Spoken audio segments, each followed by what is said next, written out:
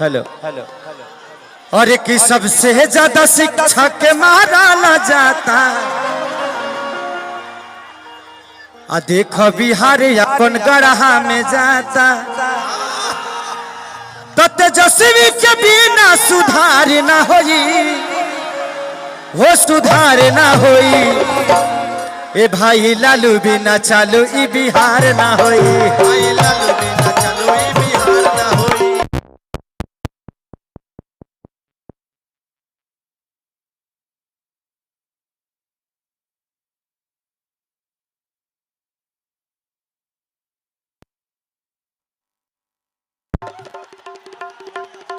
Hello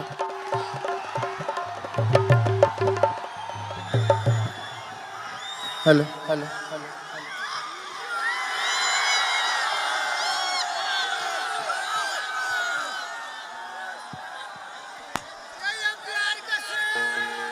hello hello hello अरे का होता लाइटवा कहा काट जाता रे कि तेजस्वी के बिना सुधार ना होई, वो सुधार ना होई। ए भाई लालू बिना चालू ई बिहार ना होई। ए भाई लालू बिना चालू ई बिहार ना होई। ए भाई लालू बिना चालू ई बिहार ना होई। कि 17 महीना में अरे रोजगारी के बढ़ल धारा हो, यही से बोलावे के बाद तेजस्वी भैया के दोबारा हो।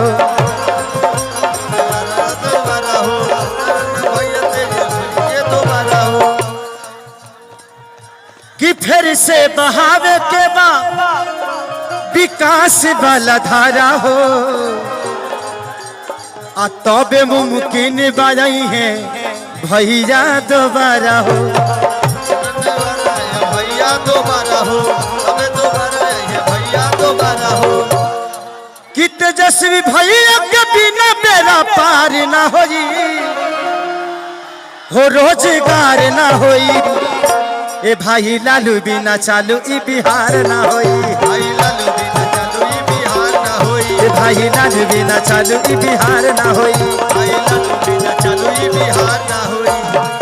अरे जन जन के बाटे भैया एक ही गुनारा। अच्छा ही है हमनी के भैया तेजस्वी दोबारा।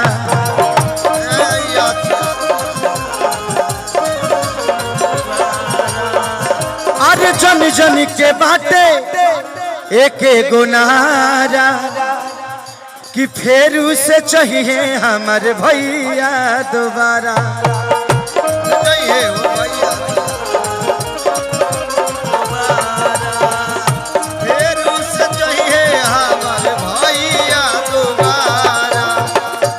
बिना भैया के नौकरी के बाढ़ ना होई। ये 17 महीने में जो काम कर दिया वो 17 साल में नहीं हो पाए।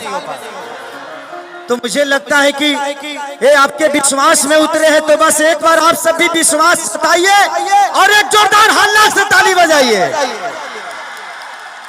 कि बिना करक नौकरी के बाढ़ ना होई। अरे बाढ़ ना होई। ए भाई लालू बिना चालू ई बिहार ना होई। ए भाई लालू बिना चालू ई बिहार ना होई। भाई लालू बिना चालू ई बिहार ना होई। ए भाई लालू बिना चालू ई बिहार ना होई। भाई लालू बिना चालू ई बिहार ना होई। भाई लालू बिना चालू ई बिहार ना होई। भाई लालू बिना चालू ई बिहार ना होई।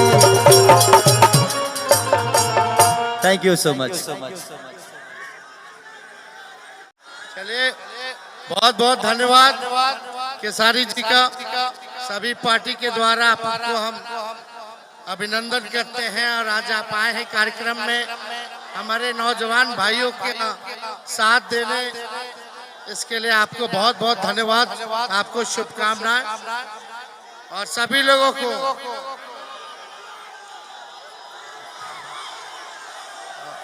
अब हो गए 11 से ऊपर हो गए। अब आराम करो। कले चाहिए ना एनर्जी आजे सब रास्ते में उतार देबो तो रउआ लोग अभी